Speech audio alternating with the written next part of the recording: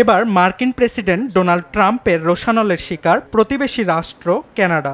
শুক্রবার সামাজিক যোগাযোগ মাধ্যম ট্রুথ সোশ্যালে দেয়া পোস্টে ট্রাম্প দেশটির সঙ্গে চলমান বাণিজ্য আলোচনা বন্ধের সিদ্ধান্ত নেন। পাশাপাশি আগামী 7 দিনের মধ্যে যুক্তরাষ্ট্রে আমদানি করা কানাডিয়ান পণ্যের ওপর নতুন শুল্ক আরোপের হুঁশিয়ারিও দেন তিনি।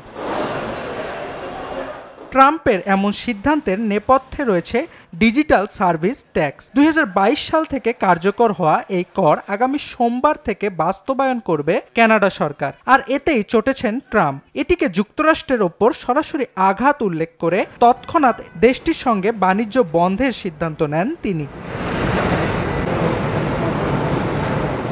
ডিজিটাল সার্ভিস এমন একটি ট্যাক্স যা অনলাইন ভিত্তিক সেবায় আরোপ করা হয়। ট্রাম্পের শঙ্কা এর ফলে যুক্তরাষ্ট্র ভিত্তিক প্রযুক্তি জায়ান্ট গুগল, অ্যাপল, মেটা, অ্যামাজন ও মাইক্রোসফটের মতো প্রতিষ্ঠানগুলো ক্ষতিগ্রস্ত হবে।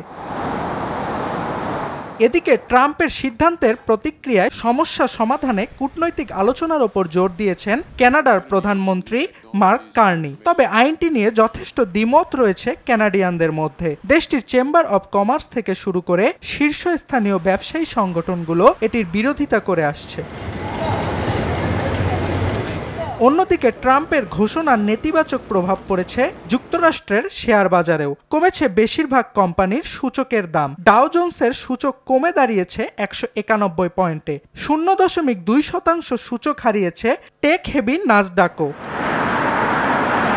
অর্ণব প্রসাদ, RTV।